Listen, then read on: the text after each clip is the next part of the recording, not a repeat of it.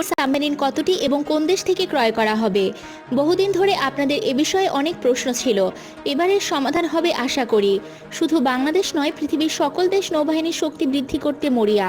কারণ পৃথিবীর স্থলভাগের সম্পদ ফুরিয়ে যাচ্ছে, তাই নজর এখন সমুদ্রে। বাংলাদেশও তার ব্যতিক্রম নয়। আর সমুদ্র সম্পদ রক্ষার জন্য দরকার নৌশক্তির, আর নৌশক্তির জন্য সবচেয়ে গুরুত্বপূর্ণ সাবমেরিন ফ্লিটের শক্তি। বাংলাদেশ চীন থেকে 2টি পুরনো সাবমেরিন ক্রয় করেছে, যা মূলত ট্রেনিংয়ের জন্য বলা যায়।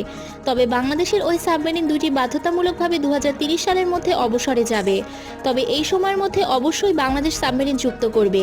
তবে এক্ষেত্রে কম করে 2030 সালের মধ্যে 4টি সাবমেরিন নতুন যুক্ত হবে, 6টিও হতে পারে। যেহেতু পুরনো 2টি সাবমেরিন রিপ্লেস করা হবে, তবে ধরে নিন 4টি সাবমেরিন।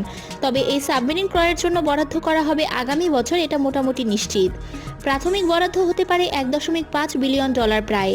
কিন্তু এই অর্থ দিয়ে চীন হতে সাবমেরিন ক্রয় করলে পাওয়া যাবে 3টি সাবমেরিন। আর ইউরোপের দিকে ঝুঁকলে সুইডেন অথবা ফ্রান্সের 2টি সাবমেরিন পাওয়া যাবে আর্মামেন্ট সহ। তবে জার্মানির সাব ক্রয় করতে হলে $2 বিলিয়ন দরকার হবে, আর এর দরকার রয়েছে বলে মনে হয় না। তবে